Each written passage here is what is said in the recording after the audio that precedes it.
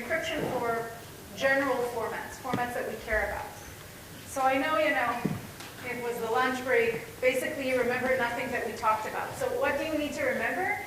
So first of all, that we're talking about format-preserved encryption. We want to preserve the format of the message. It's useful for applications. We saw all kinds of security definitions. You don't remember what they mean, but it's okay. When we'll need it, we'll talk about it again. And we have constructions for integral and almost integral domains that can preserve the domain. And we're interested in doing general format-preserved encryption. So the first thing I want to talk about is how to do that in general. How can we reduce this to a problem that we already know how to solve?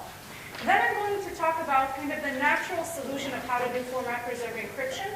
We'll see insecurities. We'll try to learn from that. And then we'll talk about the format-preserved encryption schemes that we now have these days for general formats. So for the first technique, let's say we want to encrypt social security numbers. Now basically, these are 9-digit strings, but there are additional constraints. So for example, a social security number can't start with the sequence 666. And even though this might sound crazy, the reason is that 666 is the devil's number. So no one wants their social security number to start with 666. I know it's crazy, but it's true. So how can we do format-preserving encryption for social security numbers? We know how to do this if we just wanted to encrypt 9-digit strings without these additional constraints. So here's an idea. Let's just use the encryption. Do you hear me? No. This is like the dramatic effect this room.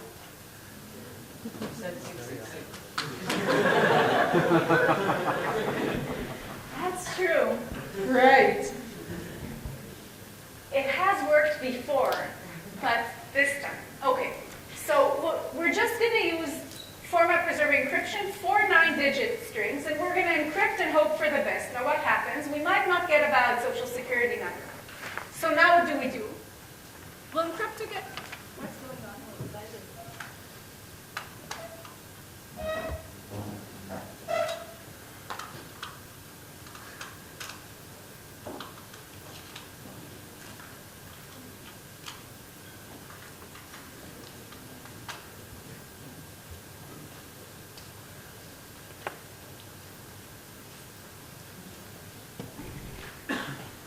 So now what are we going to do? We'll encrypt again. Hopefully we'll get a valid social security number. If it doesn't work, we'll encrypt again and again and again until finally we'll get a valid social security number.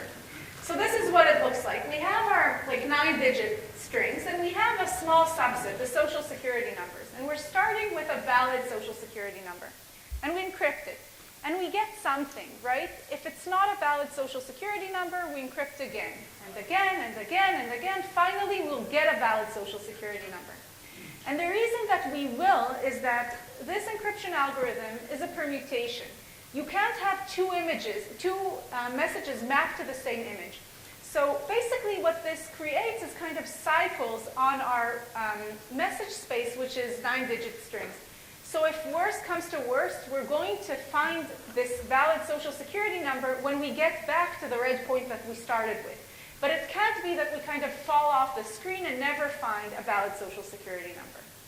So once we found this yellow point, which is a valid social security number, this is going to be the encryption of the red point. So we will always find a valid social security number, and the reason that this works, that we can use this so-called cycle locking, is because we can efficiently check whether the message that we got back, the ciphertext that we got back, is a valid social security number. So this works. Now the question is, is it secure? So what we want is we want to do format-preserved encryption for some message domain M. What does it mean secure? It means that this should look like a pseudorandom permutation on the message space. And let's say we started with the best possible format-preserving encryption scheme for a larger domain, M prime, with some encryption algorithm, E prime. Now, what do I mean by the optimal, the ideal? What I mean is that, every time you fix a key, you get some permutation over M prime. So now I want that each permutation is induced by one key. So there are no two keys that give you the same permutation. And I'm starting out with an ideal FPE for M prime because I don't want our problems to come from the fact that we started with a bad FPE. The question is, if you start with a good FPE, would you get through cycle walking a good scheme? So now we have an encryption algorithm, ECW, on M, which is you encrypt and you repeat this until you get something which is again an M. And it turns out that if you pick your key at random and you started with an ideal FPE for M prime, you would get a random permutation on M. And this was shown by Black and Rogaway in 2002. And to do that, if we said that we started out with, you choose a key, you get some permutation, and then you do this cycle walking and you get some permutation over M, the smaller domain, then it's enough to show that the same number of keys would be mapped to each permutation. So every permutation over M is induced by the same number of keys.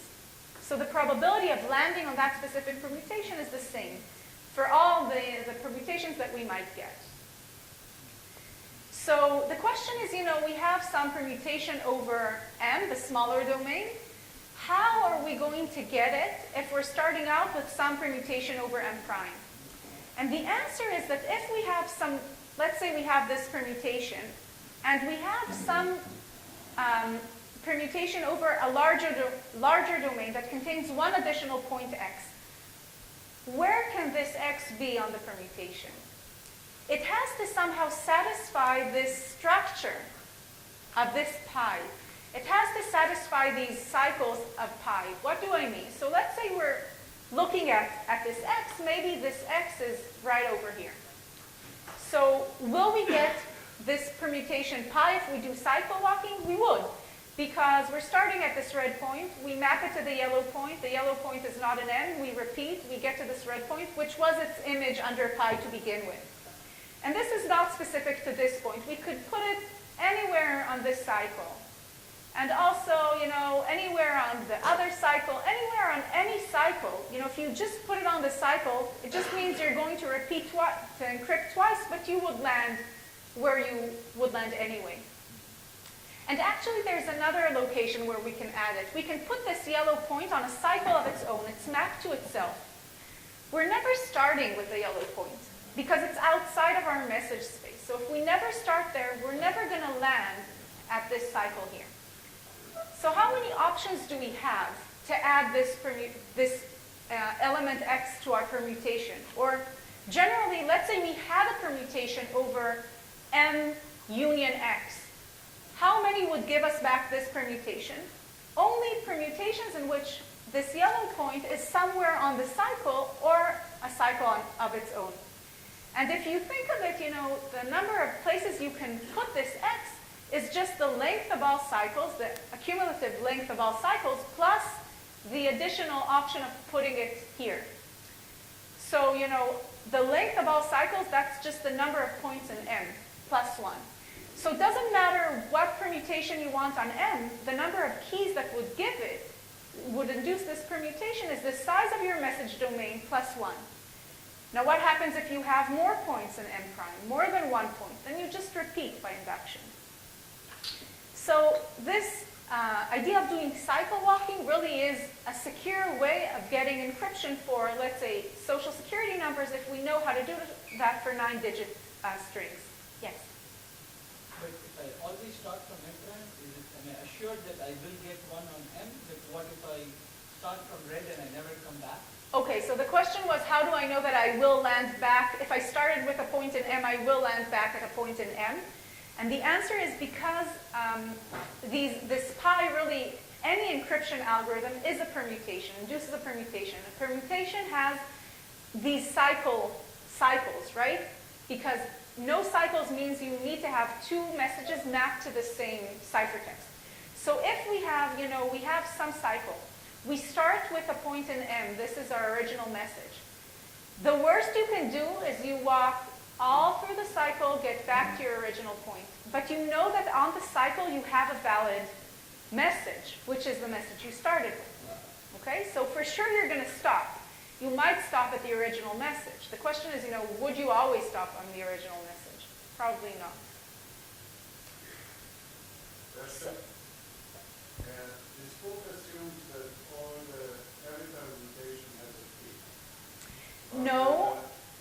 assumes that every permutation, that every key induces a unique permutation. So what I'm trying to prove is that I won't have all keys mapped to the same permutation. I want to say that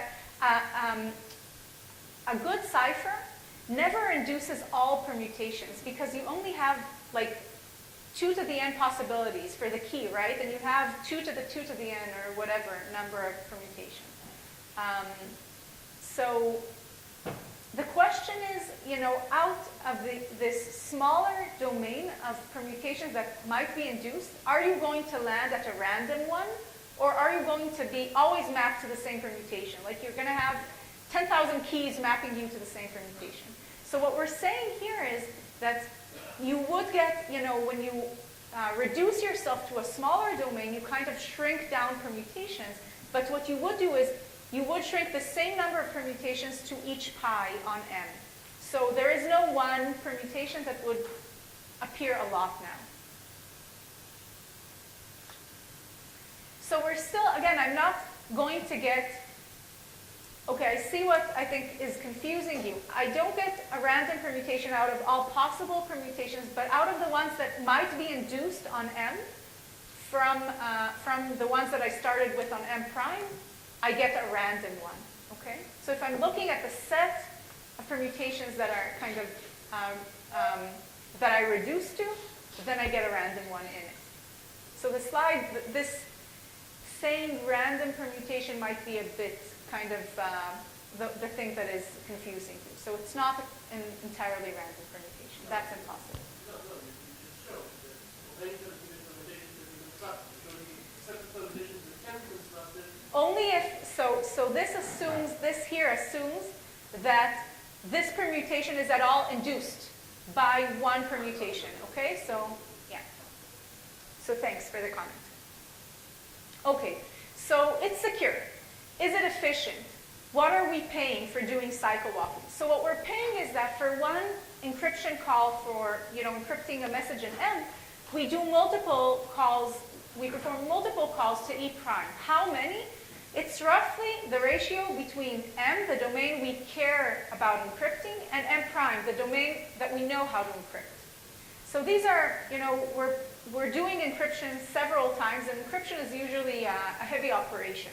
So that might not be too good, but I just want to note that if you're worried that you might do timing attacks, so you look at how long it takes to encrypt, and then you say, okay, so it took like 10, we performed encryption 10 times. Maybe you can use that to realize what the message is, then you can't. Because the thing is that your first encryption, right, the first image that you got should be random, should look like random, because you started out with a good cipher for M prime.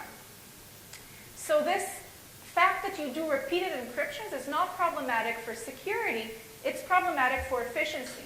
And there is no actual bound. We might be very unfortunate and start with a red point that the cycle is going to be really, really long. And we'll see examples later on where this actually occurs.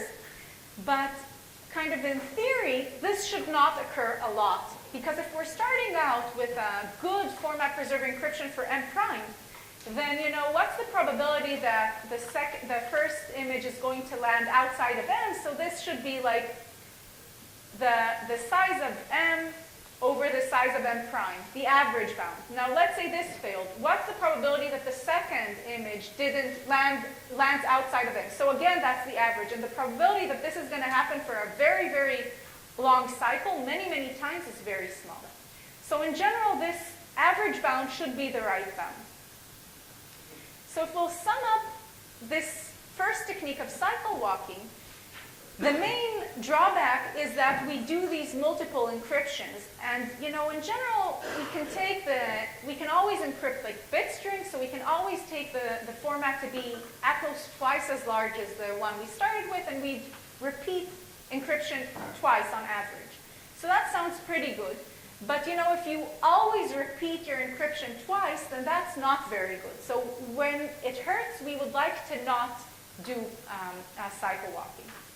The pros, of course, are that we can now use like generalized Feistel networks, schemes that we're kind of convinced of their security and we're happy with them.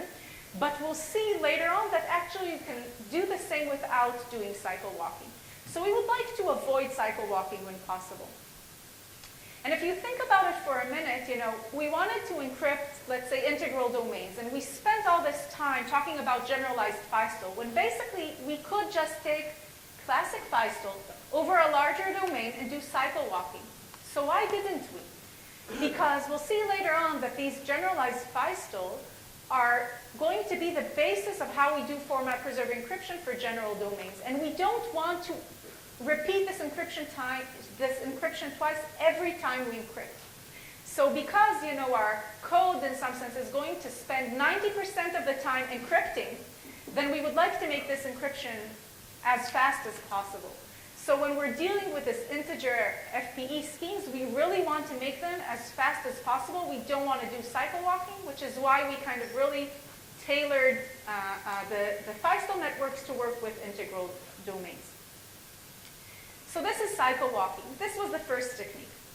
The second technique basically takes general formats and says, okay, let's reduce them to designing format-preserved encryption for integral domains. And this technique is called rank, then encipher. And this is what we do. So the first thing is we take our general format, looks something like this, I don't know, and we order it arbitrarily. So now we order these 8 elements in this manner, and we have some ranking procedure that, given a message, finds its location in this ordering. How do we encrypt? So let's say we want to encrypt this trapezoid. So the first thing we'll do is we'll take this ranking procedure and use it to find the location of the trapezoid in this ordering. So this is going to be, let's say, 4. Now we're going to take this number 4 and encipher it using the integer FPE encryption algorithm and get some number in this domain 1 to 8. So let's say we got the number 1. And now we're going to use the reversed algorithm of the ranking algorithm, which is called unrank, to find which message is mapped to the first location. So let's say it's this teardrop. And now the ciphertext of the trapezoid will be the teardrop. So again, to encrypt, what we would do is we would start with our message, find its location, encrypt the location, and then take this new number that we got and kind of reverse engineer, find which message is located in that location. And this ranking procedure is just a way of reducing this general message domain to an integral domain. So it's not meant to add privacy or security. It shouldn't be something private. It can be completely public. And what we get is that if you're able to break, if you're able, given this C, to find out what this message M is, then since it basically means that given C, you can find J because the ranking procedure is completely public. And you know what M is because you were able to figure it out. So you also know what I is. This means you were able to break this integer FP encryption algorithm. So if you can't do that, if you have a secure integer FPE scheme, then you can't break this scheme. As for efficiency, we're doing here 3 operations. First, we're doing the rank, then we're encrypting, then we're computing the reverse, the unrank. So this would be efficient if we know how to do this ranking and unranking efficiently. And the main challenge is how to do this efficiently, to design procedures that would really allow us to do this mapping efficiently. And in the Bar-Ilan et al. Paper, they have this kind of meta technique of how to do this for a restricted class of formats. Okay, so what we're interested in is constructing format-preserved encryption schemes for general formats. So one scheme that will take like social security numbers, credit card numbers, dates, names, addresses, you name it, and encrypt it. And the main tool we're going to use is this rank then encipher idea of reducing encrypting our format to encrypting integral domains. And the main challenges are, well, first we've already mentioned, we need to design ranking and unranking procedures. And the second thing is we need to represent formats because our scheme is going to be able to encrypt all these various formats, and we need to kind of specify what's the format of the message. So this is also something we discussed. You get a 9-digit string. Is it a social security number? Is it just the number? Is it whatever? I don't know. So let's try to think about, what would be the simplest solution. And this was the solution, the only solution that was available until like 2 years ago. And it was suggested in 2 patents in 2011. And the idea is that we would represent formats as the union over simpler entities, simpler domains. So the messages are just strings. That's how we think of them. And we take our format and we divide it into subsets of strings. Each subset is going to have the same length, and have the same sets of characters in each location. So what do I mean? So let's say we're trying to encrypt the format of names. So what's a valid name? We need to define it. Let's say it's like 1 to 4 words. Madonna is a valid name. Each of these words are separated by a space, and the word is an uppercase letter and then 1 to 15 lowercase letters. So what are these subsets? So the first subset, M1, contains like the shortest names. So it's 1 word, 2 letters, like Al. The second format, M2, contains names with 1 word, 3 letters, like Tal. And so on and so forth. We get to like M15 is names with 1 word, 16 letters, like Muthuramakrishna. Then the next one, M16, is going to contain all the strings, all the names with 2 words, each with 2 letters, like El Al, which is the Israeli airline. Now, M16 contains strings of length 5, but it's different than M5, which also contains strings of length 5. What's the difference? In M5, in the first location, we have an uppercase letter, and then all the other locations, we have lowercase letters. What about M16? First location, uppercase letter. Second location, lowercase letter. Third location, space. Always. Because that's the only thing that can appear there, because we're talking about two names that have 2 words in them. Then third location is an uppercase letter. Not third. Fourth location is uppercase letter, and then fifth location is lowercase letter again. So these 2 formats, even though they have these 2 kind of subsets, even though they share the same length, they're completely different. Now, how do we encrypt? So the thing is that we would encrypt each format separately, each subset separately.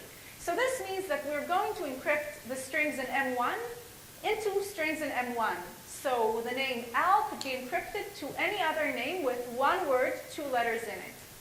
And LL can be encrypted to any name with 2 words, each with 2 letters, and so on.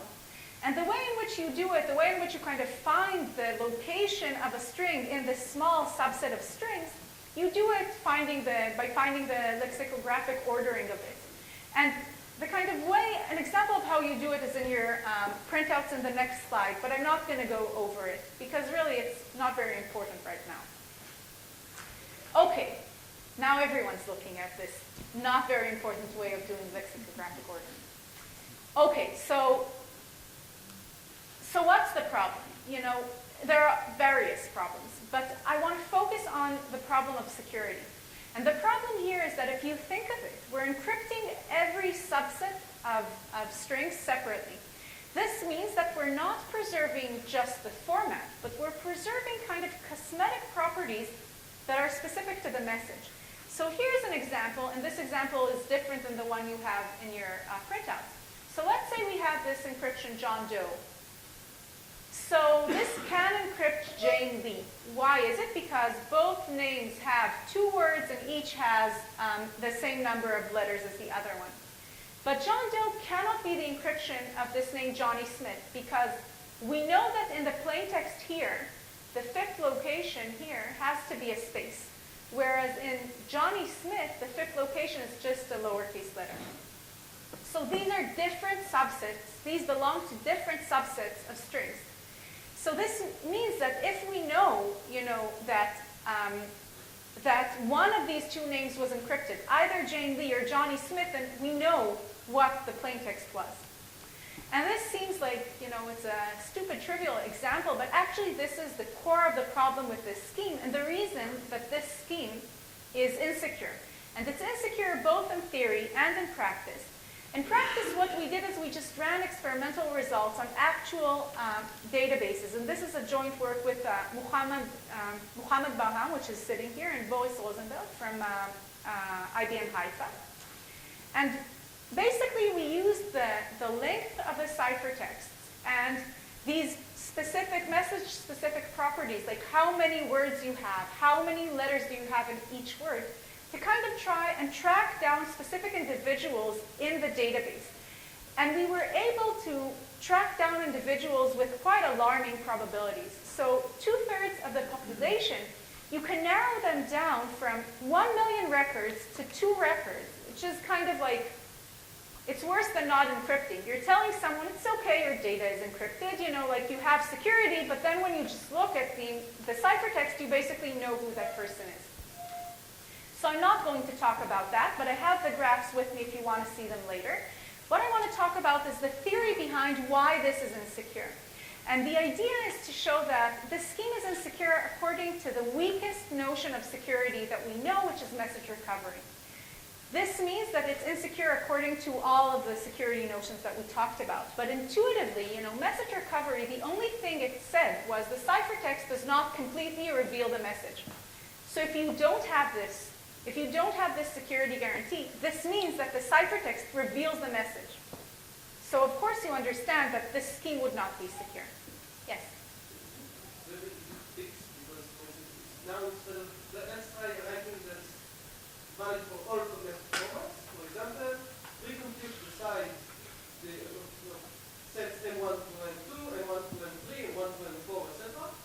And now I have something in M7, so I rank it as the total size of M1 to M6 plus its rank in M7. And unranking this is also really easy. So you're asking whether I could rank in relation to a larger subset of strings. Yes. So the question is, so that's the goal. And to do that, you need to do 2 things. One is to be able to rank, which is, again, for this specific case, it might be simple. The second is, how do you represent what a valid name is? Okay? So we'll get to it. There are solutions, but this is, it sounds like, okay, you're saying, why are we doing it this way? Until 2 years ago, this is how we did it. These were the patents. These were the schemes that people used. Okay, I don't know, but this is I mean, even understanding, I'm not sure there was the understanding that this is a bad way to go, okay? Like, the analysis of this scheme is a new result. It's from last year, so the security analysis. Okay, so I want to show that this scheme really is message recovery insecure. Now, that was before lunch, so I know you don't remember anything. So let's go back to, you know, what message recovery is. Now, this is what we talked about, but actually, I just want to point out the things that I will need, okay? So you don't need to remember the entire definition. What you need to remember is we're comparing a real-world execution with an ideal-world execution.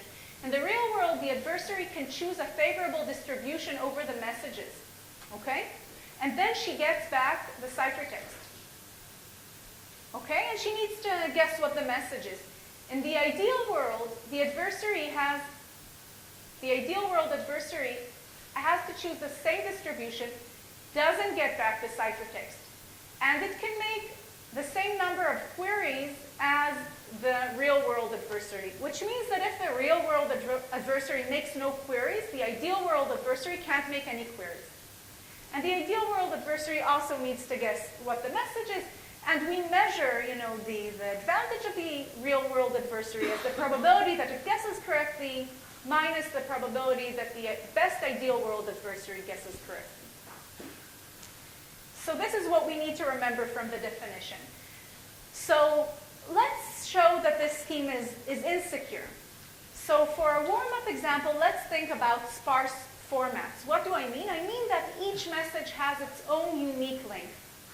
Now, this simplification-based format-preserved encryption scheme does all kinds of things, but actually the only thing I would need is the fact that it preserves the length of the message.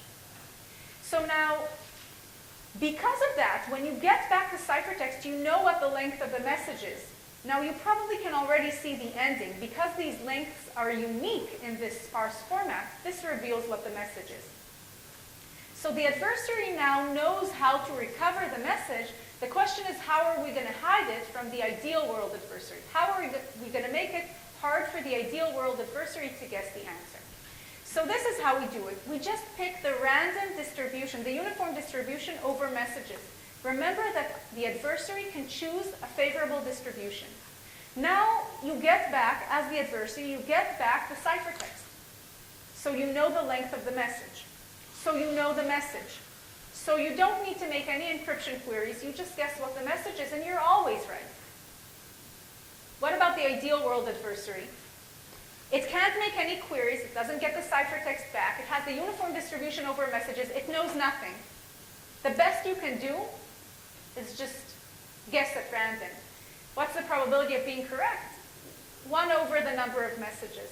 And if your format grows, then you would always win as the adversary. The advantage of the adversary would tend to 1 as the format grows.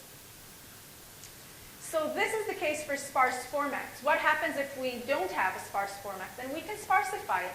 We can choose the distribution that is good for us over the message format. So what we would do is for every for every possible length, we'll choose 1 message. And now we'll choose the uniform distribution over this subset of messages. And we're back to the first case. Now, you might ask yourself, okay, maybe we basically reduced it to 2 messages. So, maybe also the ideal world adversary can easily guess what the message is.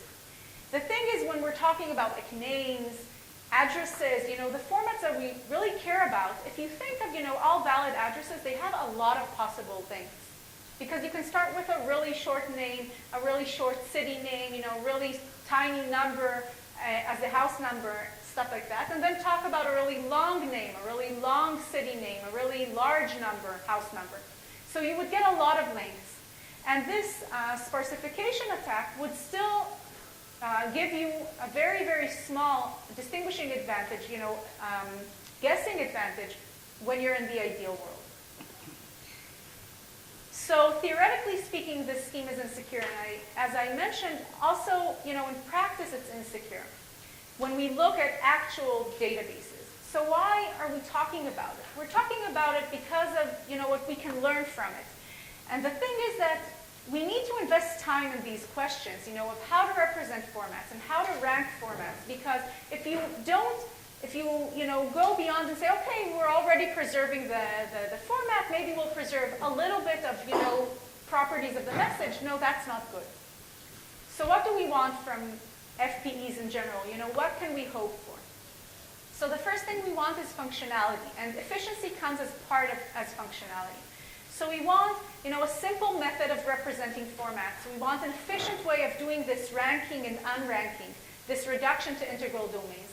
And we want, for security, to preserve only the format of the message and hide all these message-specific properties, like the number of words in the name and the number of letters in each word, etc.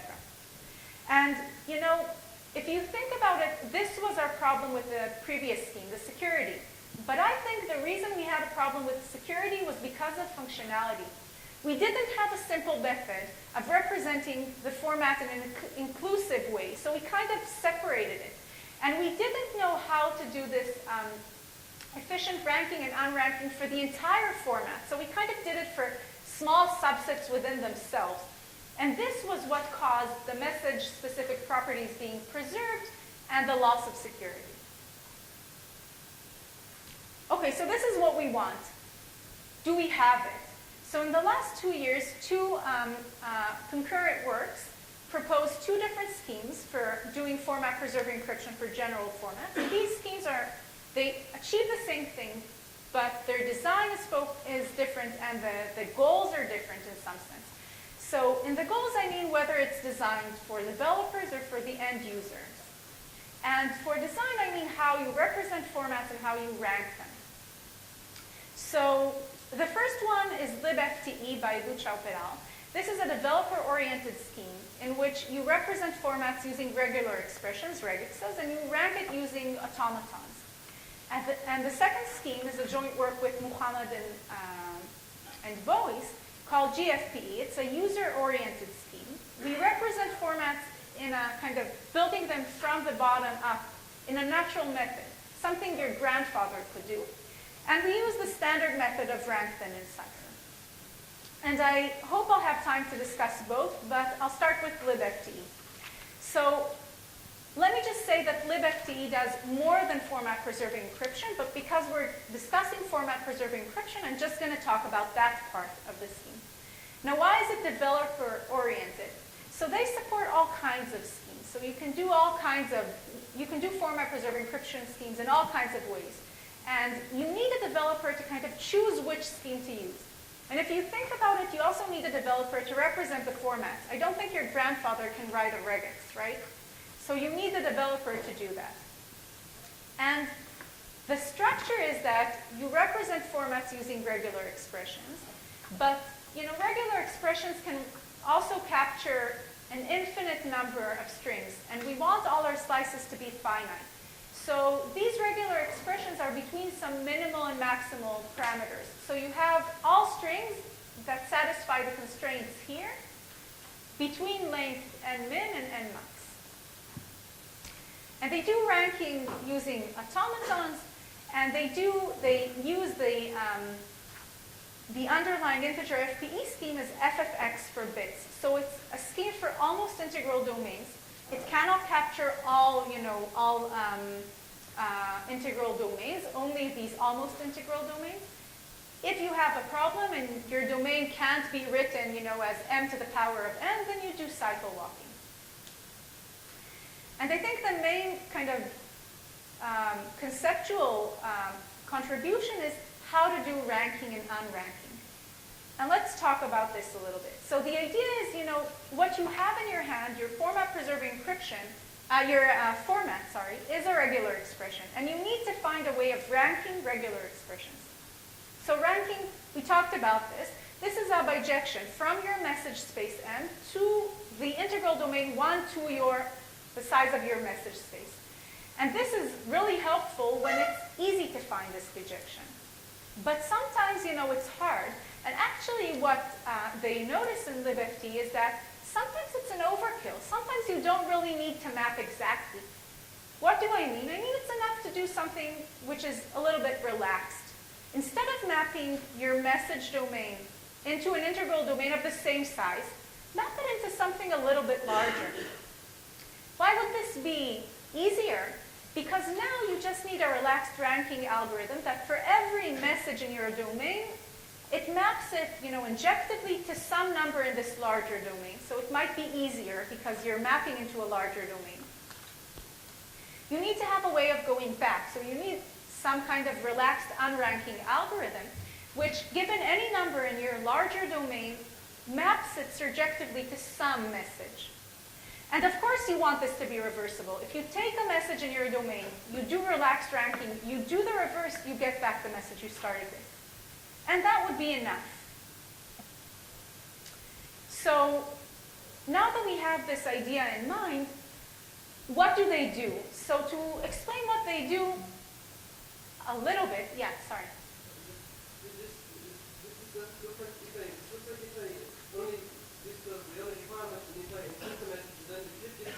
Then I don't get the original thing. Because if I rank and then if I unrank, so I have a message, I rank it, I encrypt, and then now I unrank. Right. Now I want to decrypt it again. So I re-rank it. Right. But the process of unranking and then re-ranking doesn't really get the same point. So now the format preserving encryption, you're not decrypting the original message. It would leave you in the same. It would leave you in the same point because when you're decrypting, you're thinking I'm doing unranking and then ranking, but actually what you're doing is you're. Because the first step encryption, the last step of encryption is unranking. The third step of decryption is outrank, is re-ranking. Right. It's ranked. So if I unrank it then rank, then these processes are not inverted, are not inverted to one another. So the last process of encrypting followed by the first process of decrypting doesn't really get the same. It would because of this fact that you always start out with something in M. Okay? So I agree that it looks like weird, but. Give a counter example if you want. Okay, so maybe, so Right. maybe the abstraction, you know, I'll grant you that. Maybe the abstraction is a little bit too abstract. Like maybe you can give a counterexample to the abstraction. For sure the algorithms work because I know how they work and it's one way. So what I'm saying is let's take it offline because I don't want to get stuck on this. Okay. So we were here. So I want to use either rank or elapsed rank to rank regular expressions. Now, this is done using automatons. So I have to give you like a very, very brief crash course on automata theory. So, you know, automatons and regexes, these are a way of representing sets. So you might be used to thinking them as representing languages, but it's a way of representing sets. Now, how do you represent the set? Automatons are basically graphs. So each message corresponds to some path in this graph. So you represent your message through this path. And you have two ways of representing, like two kinds of automatons. One is deterministic finite automaton, or a DFA, and one is a non-deterministic finite automaton, or NFA. And regexes are equivalent to automatons. What do I mean? I mean that if you have a regex, you can move to an NFA, a non-deterministic automaton, in linear time. So you have a linear blow-up in your object that you're working with. You can also take a regex and transform it into a deterministic finite automaton, but this might take exponential time. It might cause exponential blow-up, and it's sometimes inherent. Sometimes you can't move to a DFA that has size smaller than exponential. So in their 2009 paper, Bar-Ilan suggests kind of not exactly a way of doing ranking, but an idea of how you could do ranking if you could get a DFA. So what does this mean? You have a regex, you construct a DFA from it, now you run a polynomial time algorithm on the DFA. What's the size of the DFA? It might be exponential in the size of the regex you started with. That's too inefficient. So that's a no-go. But what they show in libFTE is that you can do relaxed ranking from an NFA, from the non-deterministic finite automaton. Now, I don't have time to explain how they do this, but it's a very nice idea. The problem in NFAs is that unlike the deterministic automaton, where every message corresponds to one path in your graph, in a non-deterministic automaton, every message might correspond to many paths in the graph. So basically the question is, how do you find one such path? And finding one such path, that's a very, very large graph that we need to traverse, but they show a way of kind of implicitly storing this graph and traversing it while only having an implicit representation of it. So it's a very nice idea. And then what they do is they offer you to do ranking either based on deterministic automatons or on non-deterministic automatons. And we'll see why it's important. Okay, so this is basically how they work. You represent your formats using regular expressions, and then you do ranking based on automatons. And just a little bit about the tools that you have in libFTE. So I said you have various schemes that you can use. You can use also randomized encryption. You can do ranking based on deterministic or non-deterministic automatons. And you have this tool, which is called the configuration assistant, that is supposed to help the developer choose which scheme to use. And which scheme to use, that depends on the parameters that you specify. Like what's the running time, the performance constraints that you have, what's the format that you want to encrypt. And then the assistant returns, performs all kinds of tests and returns an answer as to which schemes you can use. And you need to choose the appropriate one. So it looks something like this. You specify what the format is, you specify the minimal and maximal length parameters. Then you get back, the valid schemes here. And this P here stands for FPE, format preserving encryption. And then you have like N or D, where N means your ranking is going to be based on non-deterministic automatons. D means it's based on deterministic automatons. Dollar means it's randomized. And then you have these performance estimates here of the schemes. Now, one thing to know about libFTE is what is going to be the performance of encryption and decryption. So that depends. First of all, it depends on the scheme you choose, which makes sense. But the second thing is it depends on the way in which you chose to represent the format, the specific regular expression you chose. Now, that doesn't sound too good. So, let's say the configuration assistant returns, comes back with this estimate of really, really bad performance. Why do you get bad performance? Is it because you chose a bad regex or because you're just trying to encrypt a very difficult format? And in general, it's not clear how to choose the best scheme and representation of the format that would kind of optimize efficiency. Yes? Exactly. So I would just give the example that they give in their paper. So here we have the same format, but represented using two different regexes. And the second representation is 10,000 times slower than the first representation. And the reason is that they're not using FPEs for integral domains, but rather for almost integral domains. This incurs cycle walking, and they have to repeat the encryption. This average length of the cycle is like 700. So you're repeating encryption 700 times. So if you had the bad luck of starting with the second representation, that's not so good. But I will say that for the example they give here, if you just look at this representation, then their configuration assistant would tell you, if you would use deterministic automatons to do ranking and unranking rather than non-deterministic automatons, then you wouldn't get this cycle walking and you wouldn't incur this very long encryption time.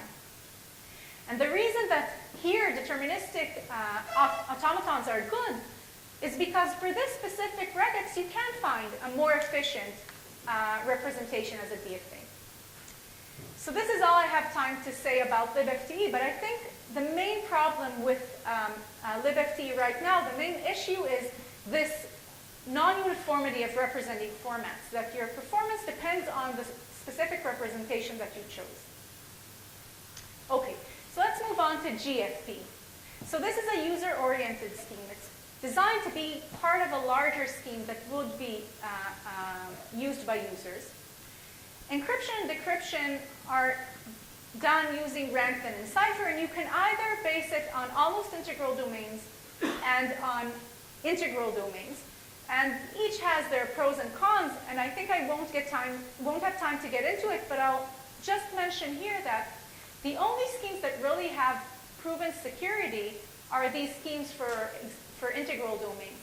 So if you want proven security and you want to avoid cycle walking, then you have to use these schemes, and we already mentioned that they factor the domain size, and that's inefficient for large domains. So this will cause a problem when we're dealing with really large domains. The main challenge for us is, how to represent formats in a user-friendly way, such that your grandfather can do that. And the idea is to construct formats from the bottom up. So we're starting with some building blocks, which we call primitives. These are the basic building blocks.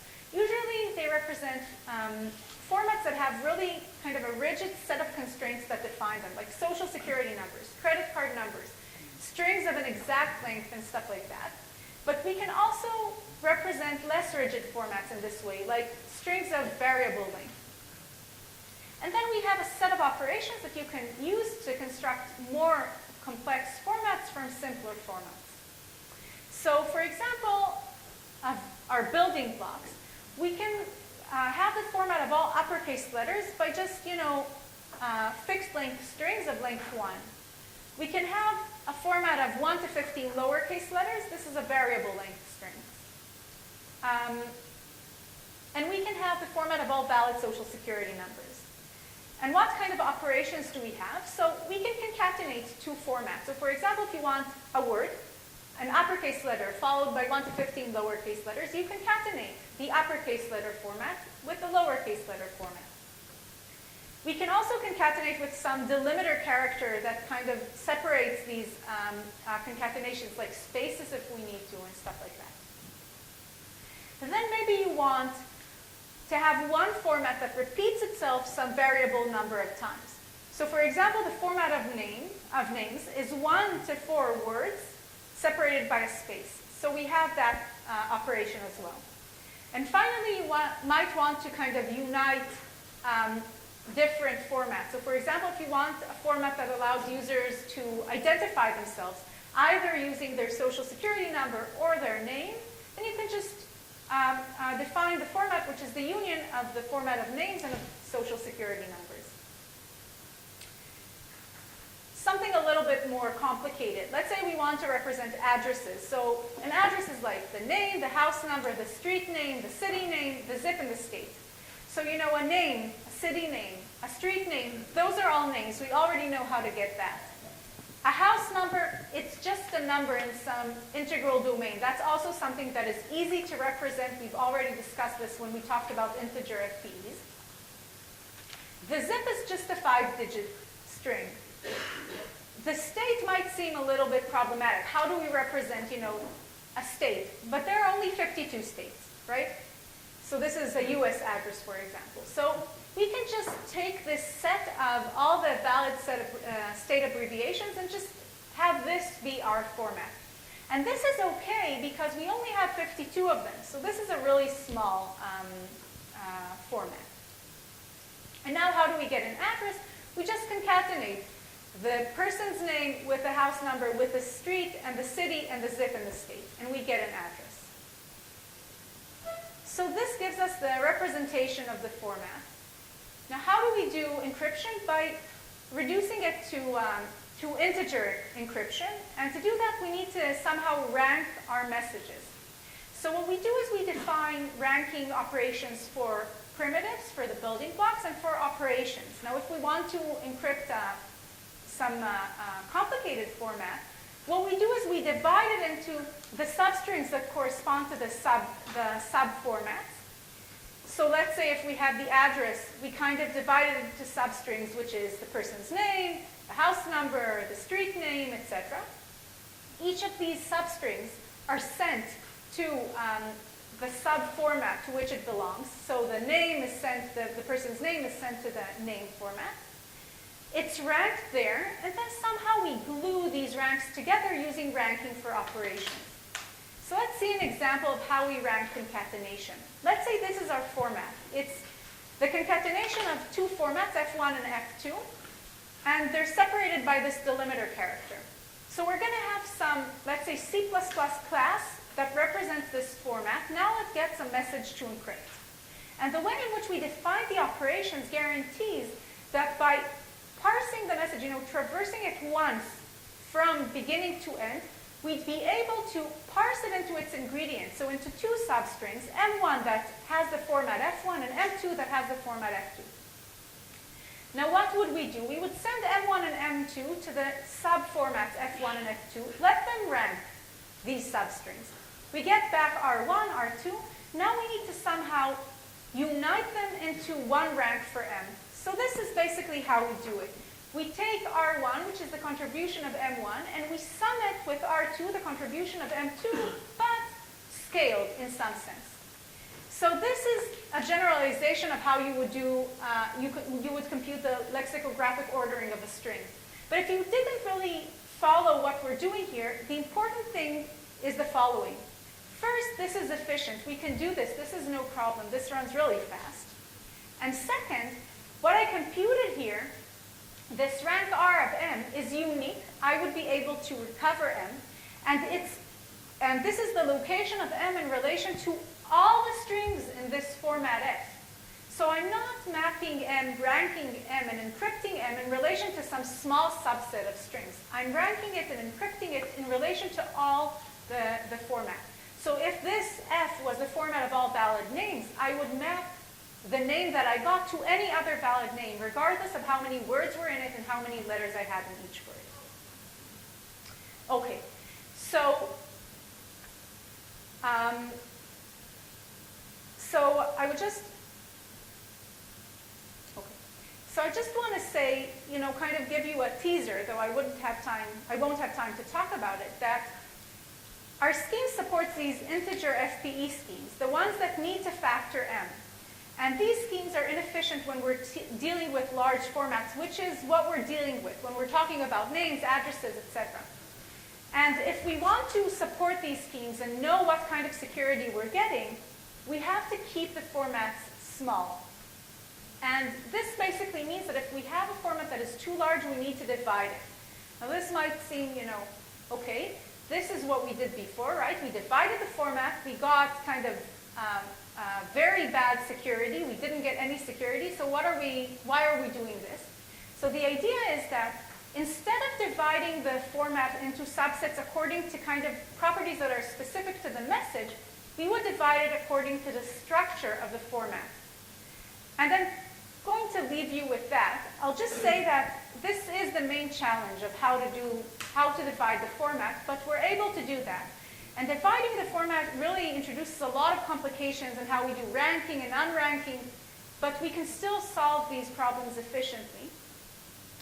And we can also kind of estimate what kind of security you're losing here. And we performed all kinds of experiments, and we saw that if you do this division in a smart way, you look at what it means to have this specific format, and you use that to do the division, then you really don't lose a lot of security. And again, I'd be happy to discuss this offline with whoever wants. Okay, so let's summarize just these FPEs for general formats. So we had two schemes, right?